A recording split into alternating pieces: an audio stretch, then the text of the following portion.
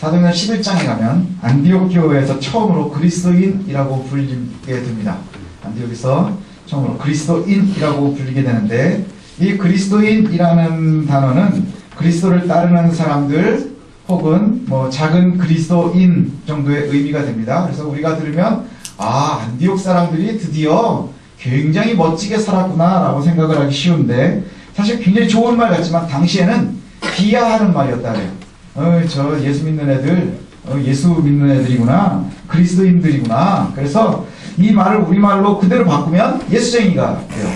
예수쟁이.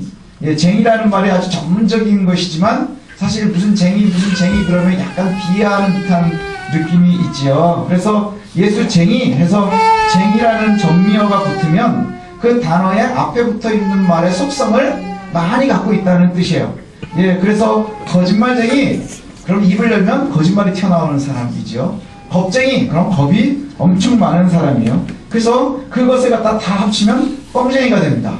뻥쟁이 하면 뻥이 엄청 심한 사람이죠. 예수쟁이는 입을 열면 예수가 튀어나와야 돼요. 그가 움직이면 예수 냄새가 나는 거예요. 그렇지만 세상 사람들이 어이구 예수쟁이구나 할 때는 비하하는 느낌이에요. 하지만 우리가 예수쟁이라고 하면 그것은 참 좋은 말이죠. 그리스도인이라는 말도 바로 그와 같아요. 아우 그리스도인이구나. 그 당시에는 그리스도인, 그럼 비하하는 말이었다고 해요. 근데 우리가 예수의 흔적을 잔뜩 가지고 살아서 그 흔적을 많이 갖고 있는 사람, 그 사람들이 바로 예수쟁이거든요. 저와 여러분들이 예수쟁이가 되어야 됩니다. 예수쟁이여야 되지요. 우리가 예수쟁이가 될 수 있는 것, 왜 그러냐? 예수 때문에 가능한 거예요. 거짓말쟁이가 될 수 있는 건 거짓말 때문인 거예요. 뻥쟁이가 되는 거는 뻥 때문인 거예요. 우리가 예수쟁이가 되는 것, 그리스도인이 되는 건 예수 그리스도 때문인 거예요. 그리스도를 닮아가는 것, 그리스도가 우리가 입을 열 때마다 나타나는 것이 참 중요한데, 어떻게 우리가 예수쟁이가 됐느냐? 우리가 다 죄인 됐을 때 그리스도께서 우리의 죄를 해결하셨대요. 그리고 영원한 죽음에 있을 때 그것을 갖다가 해결하셔서 우리를 삶으로 옮기셨다는 것이죠. 그리스도께서 십자가의 고난을 당하셨거든요. 이때 예수님은 우리를 영원한 죽음에서 건지시기 위해서 십자가를 감당을 하셨습니다. 예수님 때문에 삶을 가지게 된 것, 그게 바로 우리들이에요. 예수 때문에 살게 된 게 우리들이거든요. 그러니 우리가 예수쟁이가 되는 것은 아주 당연하다는 것이죠. 그럼 어떻게 하는 것이 예수쟁이가 될 수 있느냐? 1절에 보니까 이렇게 말합니다. 너희도 같은 마음으로 갑옷을 삼으라. 갑옷을 삼는다는 게 뭐예요? 무장한다는 얘기거든요. 근데 우리가 무장을 하는데 뭘로 무장할 수 있느냐? 성령의 검, 이렇게 얘기를 해요.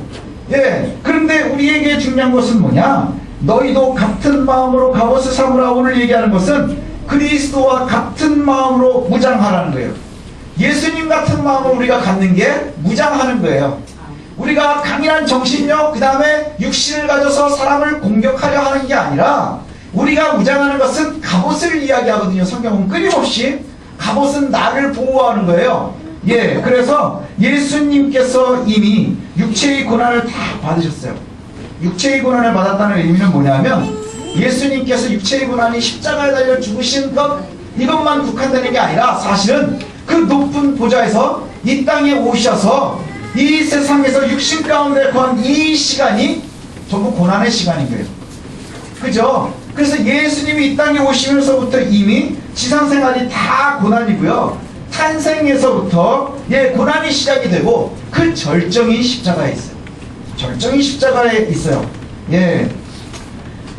그래서 그 십자가가 우리에게 참 중요한데, 이제 아주 안 좋은 비유이기는 하지만 사랑하는 아들이 있었는데 아주 더럽고 예리한 칼에 살해를 당했다. 요즘에 그런 얘기들 많이 나오잖아요. 그죠? 그러면 여러분 같으면 그 아들이 살해당한 칼을 어떻게 하시겠어요? 기념품처럼 잘 만들어서 놓으시겠어요? 아니요, 저 같으면 눈에 안 띄게 할 것 같아요. 없애버릴 수 있었으면 좋겠어요. 아니면 없앨 수 없다면 내 눈에는 다시는 안 띄었으면 좋겠죠. 그죠? 근데 하나님 보실 때에 그 예리한 칼이 뭐냐? 누구 때문에 예수가 죽었어요? 누구 때문에 독생자가 죽었어요? 우리의 죄 때문인 거예요. 우리 때문인 거예요. 그러니 우리를 갖다가 안 보고 싶겠죠. 아주 더럽고 그 다음에 예리한 그 칼, 그것이 바로 우리의 죄인데, 우리는 예수 그리스도처럼 그래서 죄를 증오해야 하는 거예요. 안 보고 싶어야 되는 거예요. 내 앞에서 없애버려야 하는 거예요. 우리의 죄가, 우리의 흔적들이 없어져야 되는 거예요. 그리고 적극적으로는 의를 위해서 고난을 감당하는 것, 이것이 바로 예수의 마음으로 무장하는 거래요. 예수의 마음으로 무장하는 것. 그래서 예수의 마음으로 무장한다, 이건 뭐냐? 예수님과 같이 죄에 대해서 아주 단호해야 돼요. 왜 우리가 교회들이 세상을 못 바꾸는 줄 아십니까? 교회의 가장 큰 문제점들이 뭔지 아십니까? 정치인들하고 다르지 않아요. 정치인들 여러분들 많이 욕할 때, 국회의원들 욕할 때 제일 많이 욕하는 것들 중에 하나가 뭐예요? 지네들끼리 감싼다 그러잖아요. 그죠? 지네들끼리 감싸는 게 뭐예요? 우리가 보면 다 잘못했는데 지식구라고 감싼단 말이죠. 그래서 감옥도 안 가요. 그 다음에 뭐 잡혀가지도 않아요. 그거 옳아요? 틀려요? 틀린 거예요. 그런데 문제는 뭐냐? 우리가 죄에 대해서 단호하지 못한 게 그 모습과 같다는 거예요. 나에 대해서 너무, 내 가족들에 대해서 너무나 마음이 넓어지는 거예요. 내 거 아니라고 막 마음을 넓혀줘요. 그래서 죄에 대해서 점점 단호하지 않아요. 내 죄에 대해서, 이웃들의 죄에 대해서 단호하지 않아요. 그러나 우리가 가져야 될 마음이 뭐냐? 그리스도와 같은 마음, 이것으로 무장하는 것이 참으로 중요하죠. 육체로 고난을 당한 자가 죄를 그쳤대요. 성경에. 육체로 고난 당한 자가 죄를 그쳤대요. 베드로가 이렇게 얘기를 하거든요. 우리가 고난당한 예수 그리스도와 동일한 태도로 무장을 해야 되는 거예요. 예수 그리스도의 마음을 가지고 우리가 무장해야 되는 거예요. 그리스도께서 당하신 그 고난당하심, 그것으로 우리의 죄를 처리한 것처럼 이제 우리도 남은 생을 사는데 어떻게 살아야 돼요? 정욕과 그 모든 죄악들을 버려야 하는 거예요. 그거에 대해서 아주 단호해야 되는 거예요. 우리 그리스도인들이 힘을 잃어가는 것은 죄와 가까워지기 때문인 거예요. 죄와 가까울 때 하나님이 우리와 가깝지 않은 거예요. 내가 하나님께 가까이 간다고 하는 것은 아주 단호한 절단을 이야기하는 거예요. 회개하라. 천국이 가까웠다. 주님 그렇게 말씀하셨거든요. 회개가 뭐예요? 내가 죄를 싫어하고 아파하고 단절하는 거예요. 그리고 하나님께로 되돌아가는 거예요. 하나님을 향하는 것. 이게 바로 회개거든요. 우리가 하나님 안에 있는 것, 예수 그리스도의 마음을 갖는 것, 그리스도와 같은 태도로 무장하는 것, 그와 같은 회개의 모습이 있을 때에 비로소 하나님의 뜻대로 살아갈 수 있다는 거예요. 예수쟁이의 삶, 이상적인 모습이 뭐냐? 우리 속에 예수가 사는 거예요. 제가 어렸을 때 그 교회학교 이렇게 하다가 본 주제가 있는데, 작은 예수가 되자 하는 게 있었어요. 그게 지금도 참 마음에 들어요. 작은 예수가 되자. 작은 예수, 저와 여러분들이 다 예수처럼 살아야 되는 거예요. 작은 예수가 되어야 되는 거예요. 내가 돌아다니면서 예수님 고난당한 곳에서 우리도 고난받아야 되는 거예요. 예수님과 같은 삶을 우리가 살아야 되는 거예요. 예수님이 미워한 거 우리도 미워해야 돼요. 왜요? 우리는 예수님과 같은 편이니까. 예수의 마음으로 무장을 했으니까. 예수님과 같은 것 생각해야 돼요. 그래서 예수처럼 예수인 듯 살아가야 되는 거예요. 참 쉽지 않죠. 예수처럼 예수인 듯 살아가야 돼요. 그게 예수쟁이들이 걸어가야 될 길입니다. 이를 위해서 우리가 어떻게 해야 되느냐? 예수의 마음으로 무장하는 거예요. 예수의 마음으로. 예수님은 육체의 삶이 고난이었다 그랬죠. 그리고 모두 감당하셨다 그랬어요. 저와 여러분도 그것을 감당해야 될 의무가 있는 거예요. 오는 고난 다 피하고 싶어요. 그래서 내가 싫은 것은 다 지하고 좋은 것, 단 것만 좋아하는 거예요. 아이들이 대학을 가고 싶어요. 대학을 가고 싶은데 공부하고 막 이럴 때마다 졸린 거 싫어요. 그 다음에 아픈 거 싫어요. 다 싫어요. 그래서 내가 하고 싶은 것만 하는 거예요. 그럼 뭐만 남겠어요? PC방하고 노래방밖에 안 남아요. 거기가 좋은 대학에 갈 수 있나요? 좋은 고등학교 생활할 수 있나요? 할 수 없는 거예요. 그죠? 그리스도인들이 바로 그와 같아요. 내가 육체의 정욕을 따르는 게 아니라 오직 하나님 앞에 그리스도처럼 고난의 것들도 다 감당할 수 있어야 된다는 것이죠. 제가 목사라고 이렇게 앞에 있으면 뭐 되게 이렇게 편안해 보이지만 가끔 저도 고민이 많거든요. 그래서 저도 이제 힘들 때가 있어요. 막 위기에 몰릴 때도 있고요. 그러면 이제 저는 막 처한 상황이 막 지긋지긋하고 이러면 저만의 이제 탈출 방법이 뭐냐면 동료 목사님이나 선배 목사님들이 이렇게 찾아가 봬요. 그러면서 이제 있었던 얘기들도 하고 이러면서 내가 좀 이 푸념하려고 이렇게 그 친구 목사님들 찾아가서 한참 얘기하다 보면 제가 상태가 제일 나아요. 그럼 또 위로하고 와요. 뭐 이럴 때가 많습니다. 그러면 보면서 뭘 느끼느냐? 저희 선배 목사님들 막 얘기하다 보면 저희는 뭐 이렇게 해가지고 한 30명 모이지만 뭐 300명 막 1000명 이상 되는 목사님들 이렇게 가서 뵈면 막 걱정이 없을 것 같은 거예요. 그러면 가보니까 문제가 저보다 더 커요. 제가 속이 편한 거예요. 그럼 제가 위로받고 와요. 예, 그게 바로 우리들의 모습이거든요. 오히려 그럴 때가 있어요. 우리의 삶도 역시 다르지 않다는 거예요. 우리가 감당해야 될 것, 가야 할 것 감당해야 돼요. 가야 할 일이 있으면 가야 하는 거예요. 그게 바로 그리스도인인 거예요. 예수쟁이인 거예요. 예수의 마음으로 무장한 모습이 바로 그와 같은 거예요. 예수님의 마음으로 무장하는 것은 이제 하나님의 뜻을 따르는 거예요. 육체의 정욕은 다 버리고 육체의 남은 때를 내가 이제 하나님의 사람답게 살아가겠습니다 하는 거예요. 세례가 뭐예요? 물에 들어갔다 나오는 세례인가요? 이렇게 물 조금 찍어주면 세례인가요? 예, 그게 아니에요. 그 의미는 뭐예요? 죽었다 사는 거예요. 죽은 곳에서 사는 거예요. 그죠? 그래서 침례하는 곳은 물에다 훅 집어넣었다가 꺼내요. 그것도 앞으로 넣으면 좋은데 뒤로 넣으면 대부분 코에 물 들어간다고 해요. 예, 왜 그와 같은 일을 하는 거예요? 죽었다가 사는 거예요. 그러면 이전의 삶과 이후의 삶이 달라야죠. 내가 물속에 들어가기 전의 삶과 들어갔다가 나온 사람이 달라야 되는 거예요. 이게 바로 세상의 일반의 삶과 예수쟁이의 삶이 달라지는 거예요. 저와 여러분들도 그와 같은 삶을 살아야 된다는 것이죠. 주님께서 하나님의 마음으로, 예수 그리스도의 마음으로 무장한다는 것이 뭐예요? 우리가 무장이 다 됐으면 왜 무장해요? 싸우려고 무장하는 거예요. 그죠? 그래서 바울이 그렇게 얘기하거든요. 예, 군사는 불은 장수를 위해서 싸우는 거예요. 내가 장수가 아닌 거예요. 장수는 싸우는 거예요. 그래서 우리는 군사로 부르심을 받았어요. 뭐 때문에? 영적 전쟁을 감당해야 하는 거예요. 하나님의 사람다운 삶을 살아가야 되는 거예요. 이 그리스 연대기에 안티고누스라고 하는 이 장군이 있었는데 거기에 굉장히 용맹스러운 병사 이야기가 있습니다. 병사 하나가 전쟁만 하면은 맨 앞에 나가서 싸우는 거예요. 맨 앞에 나가서 싸우고 막 너무너무 용맹스러운 거예요. 예, 그래가지고 막 죽음을 두려워하지 않고 나가서 막 싸우고, 그래가지고 막 전쟁에 공로도 많이 세우고 막 이러는 거예요. 그래서 전쟁이 다 이긴 다음에 이제 노고를 하려고 하는데, 이 병사에게는, 예, 숨겨진 비밀이 하나 있었어요. 어떤 비밀이 있었느냐 하면, 예, 언제 죽을지 모르는 병에 걸려 있는 거예요. 병에 걸려 있는 병사예요. 그러니까 이 사람은, 예, 질병으로 인해서 내가 언제 죽을지 몰라요. 근데 전쟁터에서 막 싸우면 내 고통도 있고, 내가 무서운 게 없는 거예요.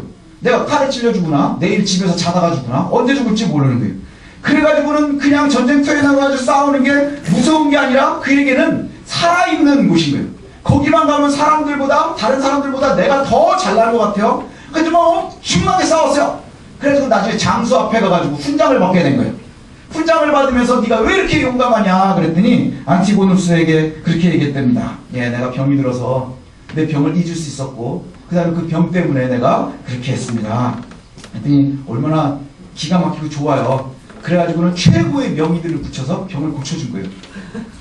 은혜죠? 예, 아멘이에요. 근데 그 다음부터 전쟁터에 이 사람이 안 보여요. 전쟁터에서 이 사람이 더 이상 보이지 않는 거예요. 나중에 물었답니다. 너 왜 전쟁터에서 안 나오냐? 그랬더니 전쟁이 참전되는 거예요. 옛날에 맨 앞에서 싸우고 가장 용맹스러웠는데 더 이상 눈에 보이지 않는 거예요. 그래서 왜 그러냐? 그때 이제 병을 다 고쳤더니 지켜야 될 게 너무 많은 거예요. 예. 그랬더니 병을 다 고쳐가야 되니 병을 고치고 나니까 이제 살아야 될 이유가 너무 많아졌어요. 이제 건강도 더 챙겨야 되고, 그 다음에 여자도 만나야 되고, 돈도 좀 벌어야 되고, 가족도 부양해야 되고, 그래서 내가 이제 더 이상 장수를 위해서 싸울 일이 없어진 거예요. 우리가 하나님의 사람들이요, 예, 세상을 너무 좋아하게 되면 용사가 용맹함을 잃어버리는 거예요. 그리스도인들이요, 용맹함, 예수쟁이가 아니라 예수의 흔적을 잃어버리는 게 뭔지 아세요? 예, 바로 이것 때문이에요. 건강 때문에, 가족 때문에, 돈 때문에, 명예 때문에, 지켜야 될 것이 너무 많기 때문에, 내가 내 것이 너무 귀해지기 때문에 더 이상 내 본질이 사라져버린다고 하는 거예요. 세상이 너무 좋은 거예요. 용사가 용사로서의 목적을 잃어버릴 만큼 내가 귀한 것이 너무 많아진다는 거예요. 저도 이 말씀을 보면서 참 조심스러웠어요. 저를 되돌아봤거든요. 그랬더니 나는 유명함이 남아있나? 그랬더니 새끼들 둘 돌아다니고, 어머니들도 있고, 아내도 있고, 교회도 있고, 저 건강하겠다고, 다이어트하고 운동하고 이러는 모습이 과연 용맹함인가? 한번 되돌아보게 됐습니다. 세상에 너무 많은 것을 좋아하면 용사가 용사로서의 목적을 잃어버리는 거예요. 예수의 마음을 품는다는 것은 그와 같지 않습니다. 우리가 혹시 너무나 관리해야 될 것이 많아지고 지켜야 될 것이 많아지면 더 이상 전쟁을 하지 않으려는 군인과 같아지는 거예요. 군인인데 전쟁터에 관심이 없고 내가 지켜야 될 것에만 관심이 많아지는 거예요. 주님께서 우리를 왜 부르셨는지를 기억하셔야 돼요. 예수쟁이의 본질에 예수라는 것이 어디에 있는지를 기억하셔야 돼요.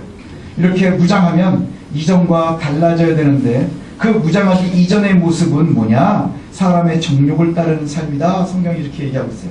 사람의 정욕을 따르는 삶 뭐냐? 음란과 정욕과 술 취함과 방탕과 향락과 무법한 우상 숭배로 이방인들의 뜻에 따라 사는 것. 그래서 결국은 여기에 보면 성경에는요, 음란과 정욕으로 시작하면 결국은 어디까지 가느냐? 우상 숭배로 마무리하는 거예요. 나쁜 생각, 나쁜 것들, 나쁜 짓들을 시작하면서 결국은 어디로 가요? 우상 숭배로 끝나는 거예요. 음란과 정욕과 방탕한 술 취함이 그리스도에게로 인도한 적은 세상에 한 명도 없어요. 그것은 결국에는 우상 숭배로 가는 거예요. 왜요? 우리의 말초신경을 자극시켜주는 것 우상 숭배에 있어요. 예, 그래서 그와 같은 것을 갖다가 단절하는 것, 그리고 예수의 마음으로 무장한 후에는 이 모든 것들을 다 버리고 뭐 하느냐? 하나님의 뜻을 따라서 남은 생을 사는 거예요. 언제가 될지 몰라요. 내가 하나님을 알게 되는 그 순간부터 남은 생은 그리스도를 위해서 살아가는 거예요. 하나님을 위해서 살아가야 되는 거예요. 예수의 마음을 갖는 것, 예수의 마음으로 무장한다고 하는 것, 이것은 뭐냐? 이전에 정욕을 따르던 삶에서 벗어나서 하나님을 향해 나아가는 거예요. 이전에 용사의 모습과 같은 거예요. 내가 참 용사의 모습, 예수적인 모습은 병들어 있는 그 용사와 같아요. 내가 온전히 하나님만을 바라보면서 싸우는 거예요. 그런데 내 주변에 내가 너무 편안해져서, 우리는 늘 그 평안함을 위해서 기도하잖아요. 병 고쳐달라고 기도하잖아요. 근데 그 병 고침 때문에 우리가 하나님으로부터 멀어지는 일들이 너무너무 많다는 거예요. 그래서 하나님보다 지켜야 될 것들이 점점 많아지는 거예요. 그게 바로 오늘날 우리들의 예수쟁이라고 스스로는 이야기하지만 세상 사람들은 얘기하지 않는 그런 삶이 되어져 가고 있어요. 예, 그런 삶을 우리가 살아가고 있다는 거예요. 근데 예수의 마음을 갖는 것, 이것은 이전의 삶을 단절하는 거예요. 정욕을 따르는 삶, 술취함을 따르는 삶을 버리고 오직 하나님께서 원하시는 삶을 살아가는 용사의 삶을 사는 것, 이것이 바로 예수의 마음을 가진 우리들이 가야 될 길인 줄로 압니다. 여러분들 그와 같은 마음을 갖는 예수쟁이 되십시오. 예수쟁이가 참으로 중요한 겁니다. 그런데 문제는 뭐냐? 왜 어려운지 아세요? 왜 어렵느냐? 무장하는 게 이게 단순하고 쉬운 문제가 아니더라 하는 거예요. 예, 오늘 성경에도 보니까 그래요. 내가 세상의 악한 모습, 술 취하는 것, 방탕한 것, 이것을 갖다가 다 버리려고 하니까 문제는 뭐냐? 그 악에 아직도 있는 사람들이 우리를 보면서 손가락질하고 경멸한다는 거예요. 예, 여러분 세상에서 그런 경험들 하지 않나요? 내가 정직하려고 하면 그 정직한 것 때문에 손가락질을 당해요. 분명히 우리가 초등학교 때는 정직하라고 배웠거든요. 아니 근데 실제로 나가가지고 정직하려고 하니까 뭐예요? 손가락질해요. 제가 얼마 전에 이렇게 본 글에 그런 얘기가 있더라고요. 어렸을 때는 그렇게 꿈을 따라 살라고 그러더니 커서 꿈을 따르려고 그러니까 사람들이 손가락질 한다는 거예요. 그거 같지 않아요? 예, 우리가 예수 그리스도의 삶을 살려고 하니까 세상에서 우리를 비웃고 손가락질 한다는 거예요. 야, 저놈 신기한 놈이네. 아니 다 먹는데 지는 뭐라고 안 쳐먹어? 이와 같이 되는 거예요. 지는 용가리 통뼈야? 그런 얘기 많이 들으시면 여러분은 예수쟁이인 거예요. 예수쟁이인 거예요. 예, 그놈 신기하네 하면서 손가락질 당하고 경멸하는 거예요. 그게 바로 예수쟁이에요. 그리스도인 예수쟁이가 존경받는 단어가 아니라 그랬죠. 손가락질 당하는 거예요. 근데 문제는 우리가 베드로서 앞에 배울 때 너희들이 고난을 당하는데 네 죄 때문에 당하는 고난은 의미 없는 거예요. 그리스도 때문에 당하는 고난에 의미가 있는 거예요. 사람들 가끔 오해하거든요. 지가 잘못해놓고 자기가 그리스도인이기 때문에 고난당하는 줄 아는 거예요. 네, 그렇지 않아요. 그리스도인다운 삶을 산 때문에 당하는 고난, 우리가 예수로 무장함 때문에 당하게 되는 경멸과 비웃음, 이것이 우리에게 상급이 될 줄로 믿습니다. 이게 바로 우리를 강한 예수쟁이로 만들 줄로 압니다. 예수님의 삶을 사는 것, 가장 큰 전제가 있는데 그게 뭐냐? 우리가 손가락질을 많이 당하지만 그럼에도 견딜 수 있는 것이 뭐냐? 결국엔 다 하나님 앞에 선다는 거예요. 우리를 손가락질하는 놈이나 우리나 다 하나님 앞에 서게 될 거예요. 그리고 우리가 우리의 입으로 이야기할 거예요. 우리 아이들 오늘 오전에 한 성경 공부에 그거 있거든요. 내가 하나님 앞에 선다면 내가 어떻게 살았다고 얘기하겠느냐? 잘한 거 잘못한 거 한번 써보자. 이런 거 있거든요. 뭐라고 썼는지 모르겠어요. 그런데 우리가 하나님 앞에 서면 내 입술로 이야기하게 될 거예요. 여러분 가끔 아이들 잘못하면 혼내죠. 혼내면서 뭐라 그래요? 너 뭐 잘못했어? 이렇게 물어봐요. 애들 말 잘 안 하려고 그래요. 왠지 아세요? 자존심 상하는 거예요. 예, 짜증 나는 거예요. 내가 뭐 잘못했는지 이렇게 얘기해주면 그냥 들으면 좋겠는데 내가 내 입으로 얘기한다는 게 참 힘든 거예요. 하나님 앞에 그와 같이 서는 날이 생겨요. 그럼 내 입으로 우리가 고백해야 되는 때가 생기는 거예요. 하나님, 제가요 하나님 때문에 손가락질 당했습니다. 내가 정직하려고 했더니 저놈들이 막 손가락질 하래요. 그러면 그 손가락질이 우리에게 상금이 될 줄 알아요. 그렇지 않아요? 아빠가 음식 먹지 말라고 이렇게 둔 게 있었어요. 그래가지고는 다른 형제들은 다 나 혼자 안 먹고 있었어요. 그때 애들이 막 뭐라는 거예요. 야, 너 배 안 고파? 뭐 이래가지고 막 손가락질 했단 말이야. 나중에 아빠 앞에 딱 섰는데 다 혼나요. 너 뭐 잘못했어? 저거 먹었어요. 너 뭐 잘못했어? 저거 먹었어요. 먹을 때 신났잖아요. 그게 상금이었는데 이제 지금 내가 배고팠지만 하나님 앞에 서서 아버지 앞에 서서 그러면 넌 어떻게 했어? 저 하나도 안 먹었어요. 저놈들이 막 뭐라 그랬어요. 그러면 칭찬 듣는 거예요. 그게 그리스도인의 삶이에요. 그게 바로 우리들이 가야 될 길인 거예요. 그리고 그 모든 것을 고백할 날이 있대요. 그것을 다 고백할 날이 있대요. 그것은 누구에게나 다 그와 같이 갑니다. 6절 한번 볼까요? 6절에 보니까 이를 위하여 죽은 자들에게도 복음이 전파되었으니 이는 육체로는 사람으로 심판을 받으나 영으로는 하나님을 따라 살게 하려 함이라. 지금 죽은 사람들을 이야기해요. 저희 아버님도 돌아가셨고 저희 장인어른도 돌아가셨고 사람들이 다 이제 때가 되면 갑니다. 그죠? 성경에도 한 번 죽는 것은 정한 것이라 그랬어요. 그러나 그 이후가 달라지는 거예요. 그렇지 않나요? 그 이후가 달라지는 거예요. 저와 여러분들이 다 마찬가지예요. 여기 지금 조그만 애기들도 있지만 때는 달라요. 저도 죽을 것이고 우리 애도 슬프지만 죽을 거예요. 그런데 문제는 뭐냐? 그들에게 다 복음이 전파되었더라 하는 거예요. 살아서 복음을 들은 사람들에게, 그리고 살아서 예수쟁이의 삶을 살았었던 그 사람들은 지금 죽었지만 문제는 뭐예요? 육신의 죽음은 피했지 못했지만, 그래서 죽는 것, 한 번 죽는 것은 정한 것이지만 그 뒤에 뭐라 그래요? 심판을 받으나 영으로는 하나님을 따라 살게 하려 함이라. 어떻게 하는 거라고요? 사는 거예요. 하나님을 따라서 살기 위함이에요. 제가 베드로서 시작하면서 많이 쓰는 단어는 예수천당 불신지옥이에요. 아니 21세기에 맞아요. 22세기가 돼도 맞을 거예요. 그리스도인들이 얼마 안 남고 한 30명만 남아도 그때에도 변하지 않는 진리가 뭔지 아세요? 예수천당 불신지옥인 거예요. 그리스도로 말미암아서 그리스도인의 삶을 사는 것, 이것이 바로 하나님의 백성들이 가야 될 길인 거예요. 한 번 죽는 것은 정한 것이지만, 그러나 심판을 받지만 영으로는 하나님을 따라 사는 거예요. 사는 것, 거기에 키포인트가 있어요. 하나님을 따라 사는 것. 욕망을 따라서, 세상의 염려를 따라서 몸을 던져 살았지만 이제 그것은 과거로 족하다는 거예요. 너희들이 이렇게 살았지? 하나님 알기 전에 그렇게 살았지? 됐어. 그걸로 끝나는 거예요. 이제부터는 하나님의 영광을 위해서 살아야 돼요. 과거를 왜요? 묻지 않으시기 때문에, 기억도 안 하시기 때문에 하나님께서 그와 같이 말씀하세요. 우리의 삶을 살기 위해서 예수 그리스도께서 죄를 속죄하셨고, 그리고 선행으로 고난을 당하셨고, 그와 같이 이제 우리도 무장하는 거예요. 죄와 싸우고 고난을 무릅쓰고 싸울 각오로 그 마음이 우리에게 무장이 되는 갑옷이 되어서 예수 그리스도의 삶을 살아가는 거예요. 우리에게 두려움도 되고 기대가 되는 것이 있어요. 그게 뭐냐 하면 마지막 때예요. 참, 그래서 이게 사람들이 이걸 두려워하기 때문에 이단들이 이걸 사용해요. 그죠? 요즘에 우리 교회에 저한테 열심히 또 편지가 안 오던 게 오거든요. 신천지라고 알까봐 새천지라고 해가지고 오더라고요. 편지가 계속 와요. 목사님, 제가 알고 있기로는 목사님, 그 사람 날 아는지 안 아는지 모르겠는데 한 번은 인쇄해서 보내고 한 번은 또 정서해가지고 편지를 쓰고 글씨 좀 잘 썼으면 좋겠는데 이렇게 보면 또 무슨 글씨인지 잘 모르겠는데 막 보내요. 그런데 마지막 때에 대해서 얘기해요. 우리가 얘기하는 뭐 요한계시록이 틀리지 않습니다. 사람들이 왜 요한계시록을 무서워하는 줄 아세요? 왜 무서워하는 줄 아세요? 여기에 약속이 없기 때문인 거예요. 육체로 죽음이 그들에게 영원한 죽음이기 때문인 거예요. 그러나 우리에게 기대가 될 수 있어야 돼요. 저 여러분들에게 기대해요. 왜요? 하나님을 따라 살기 때문에.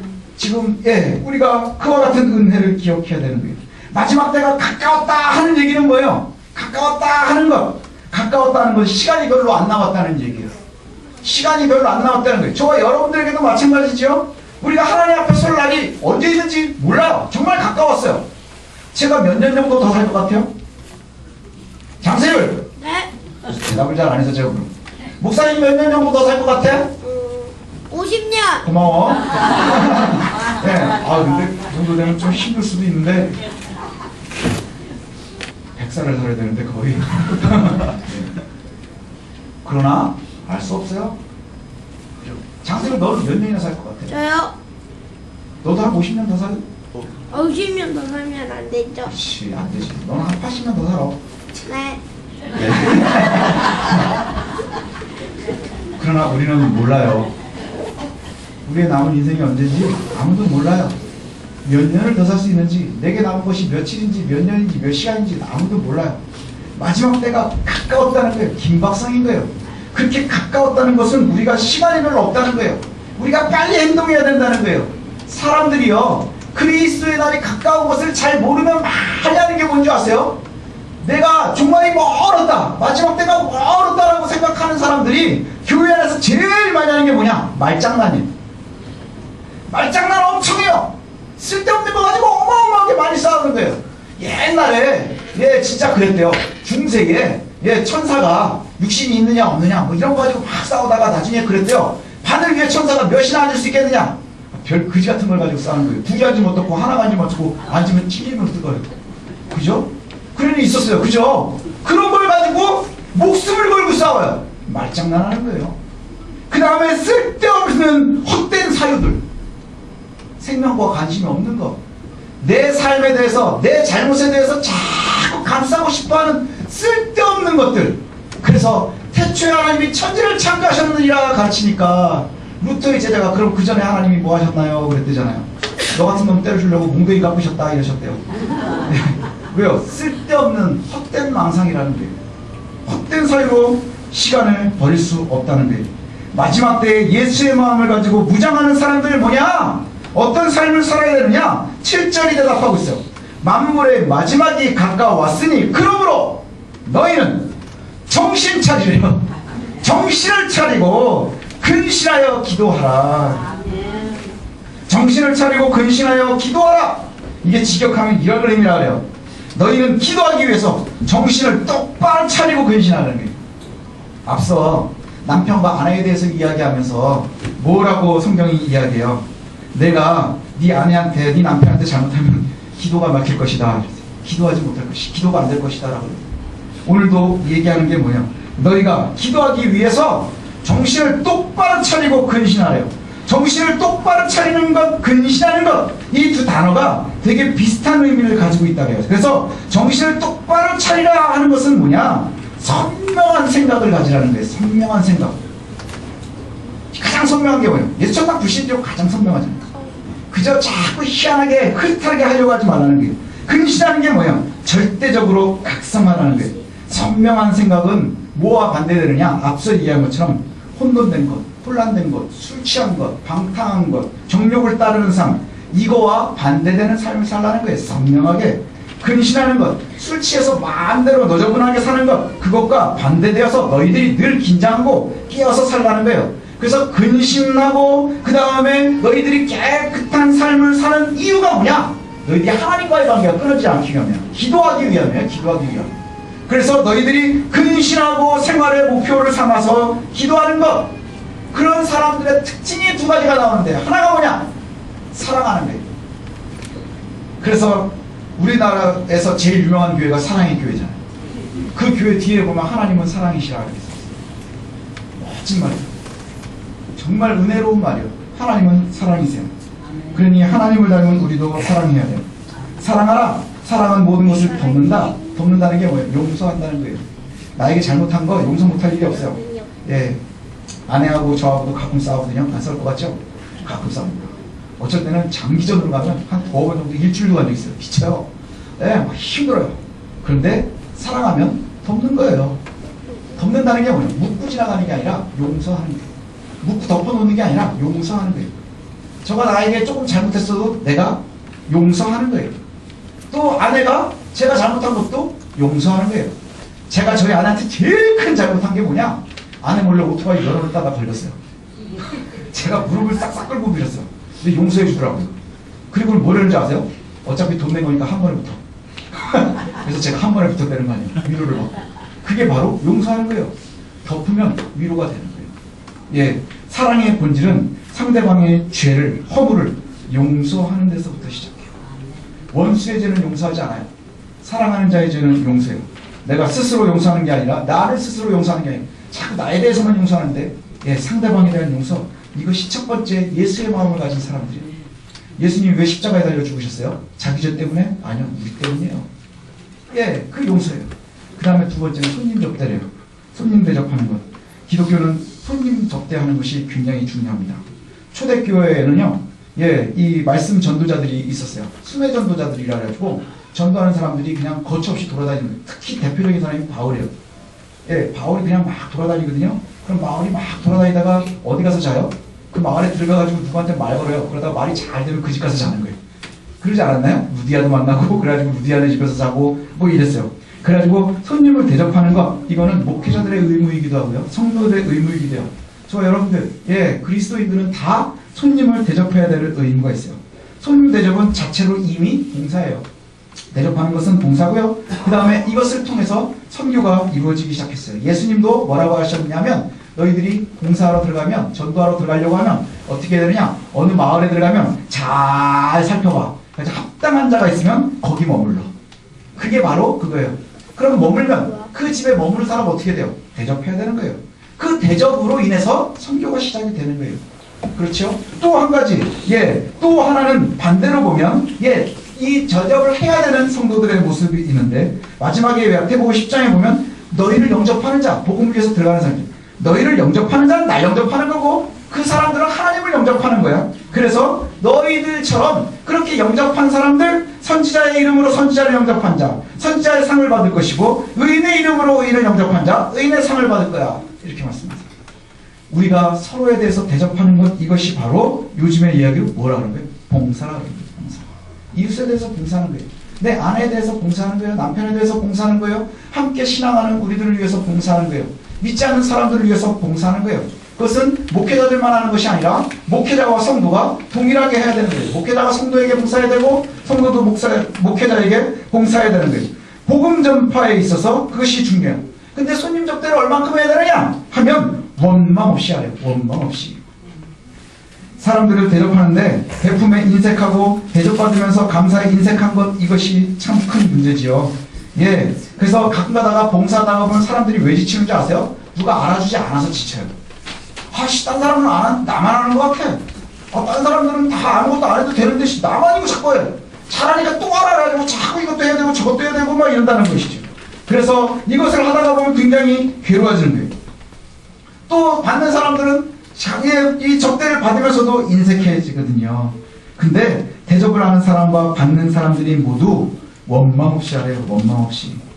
원망 없이 하는 것은 최선을 다하라는 거예요. 내가 왜 나만 해야 되지? 하는 원망 없이 하는 거예요. 그 얘기가 바로 아까 주보에 있는 청지기 삶이에요. 왜 청지기가 그럴까요? 내 걸 주는 게 아니기 때문이에요.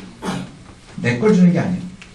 제 후배 목사님이 요 설날에 아들이 있는데, 이제 유치원 들어가는 아들이 있는데, 세뱃돈을 가지고서 11조를 가르쳐야 되겠다 이랬대요. 그래가지고 11조를 어떻게 가르치면 좋을까 그러다가 보니까 할아버지한테 세배하고 할머니 세배하고 외할아버지 외할머니 뭐 이래가지고 세뱃돈 받은 게 좀 있더래요. 애들은 다 들고 다니잖아요. 가지고 불렀대요. 그래놓고는, 야 누구야, 너 아빠가 다 옆에 키워주고 밥 먹여줬지? 바꿨네. 근데 애가 돈이 많으니까 밥값을 내드려요. 알았어 바꿔. 그래 하나를 줬대요. 야 그건 누가 사줬어? 그건 옷 값네. 그래서 옷 값네. 이 집 누구 집이야? 아빠 집이에요. 근데 너 왜 여기서 자? 집세네. 집세 말고. 그래가지고 다 하다가 나중에 하나가 남았대요. 하나. 그 하나가 남기까지 내가 그냥 주니까 주는 거예요. 그러다 나중에 하나가 남았는데, 예, 하나가 남았는데 다 이렇게 가만히 보고 있다가 너 누가 났어? 네. 그래가지고 그걸 뺐으니까 애가 막 고민을 하다가 울다가, 예, 그걸 주워버리고 아빠 미워하고 도망가 버렸대요. 그래서 다 받은 다음에 애가 울길래 조금 뒀다가 다시 불러다가 너 이거 다시 줄까? 그랬더니 달라고 그러더래요. 그래서 다 줬대요. 그리고는 고맙지? 그럼 하나는 내놔. 이게 11조야. 이러고 그랬잖아요. 그랬더니 옆에서 사모님이 이렇게 보시다가 아이고 11조 가르치다 애하고 의절을 하겠다. 의절하겠어. 그러더라는 거예요. 근데 청지기가 바로 그거예요. 청지기가. 내게 맡겨주신 게 내 게 아닌 거예요. 하나님 나에게 거저 주신 거예요. 그러니 내가 베풀어야 하는 거예요. 그게 바로 그리스도인의 삶인 거예요. 그래서 여기에 보니까 너희들이 말씀을 전할래? 말씀을 전할 때 목회자들에게 여러분들에게 하는 말이요. 말씀을 전할 때에 뭘 해야 되느냐? 내 생각, 내 이야기를 하지 말고 하나님의 이야기를 해야 되는 거예요. 예, 왜 교회들이 강단히 힘을 잃어갈까요? 목회자들이 자기 얘기를 해서 그래요. 그리스도의 이야기를 해야 되는데 자꾸 세상 이야기를 해요. 성공 신화를 이야기하고요. 어떻게 하면 잘할 것이냐 처세를 이야기하면 그러면 듣는 사람들은 되게 좋아 보이죠. 그러나 선포되는 것이 내 거가 선포되는 거예요. 그럼 선포되고 내가 한 게 되죠. 그러니 내 공로를 따르는 거예요. 그러나 그리스도의 공로가 있어야 되는 거예요. 그리스도의 말을 전해야 되는 거예요. 그래서 오늘 11절에 보니까 이렇게 말씀하거든요. 만일 누가 말하려면 하나님의 말씀을 하는 것 같이 하라. 이게 청지기들의 이야기. 예수쟁이들이 해야 되는 게 바로 그거예요. 여러분 말할 때마다 하나님의 말을 하세요. 그러면 함부로 말할 수 없어요. 미워하는 말 하기가 쉽지 않을 거예요.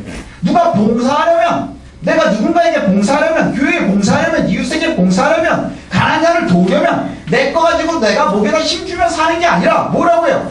누가 봉사하려면 하나님이 공급하시는 힘으로 하는 것 같이 하래요. 내 걸로 하는 게 아니라 하나님 걸로 한다는 얘기예요. 그러니 나는 아까울 게 없는 거예요. 그러니 어떻게 해야 돼요? 내가 원망 없이 하는 거예요. 다 주는 거예요. 그게 바로 그리스도인들이 해야 되는 거예요. 그 근거가 어디에 있느냐? 주님이 우리에게 그와 같이 살리셨어요. 저와 여러분들이 예수쟁이가 된 게 바로 예수님의 그와 같은 삶이 있었기 때문인 거예요. 바로 하나님의 그와 같은 사랑이 있었기 때문이에요. 저와 여러분들이 이제 그와 같이 그리스도인다운 삶을 살았으면 좋겠어요. 그래서 이전의 삶은 버리고 좋게요. 그만큼 살았으면 된 거예요. 그리고 이제 우리의 삶이 뭐냐? 하나님 앞에 온전히 서서 사랑하십시오. 그리고 베푸십시오. 대접하십시오. 이 삶을 살아가는 거예요. 그래서 말할 때마다 하나님의 말을 하고 대접할 때마다 하나님의 것을 대접하는 거예요. 내 것이 아님을. 그래서 그러면 누가 채워야 되는 거예요? 그럼 공은 하나님께 넘어가는 거예요. 하나님 채우셔야 되는 거예요. 그래서 예수님이 너희들이 가서 무슨 말을 할까 고민하지 말래요. 왠지 아세요? 내 얘기하는 게 아니니까. 내 지식으로 얘기하는 게 아니니까. 뭘 얘기하는 거예요? 그러면 하나님이 생각나게 해주신대요. 그게 바로 그리스도인들이 살아가야 되는 얘기인 거예요. 그럼 내가 공급할 때, 내가 섬길 때에 그 섬겨야 됩니다. 하나님, 내가 정말로 하나님의 것을 섬겨야 되겠습니다.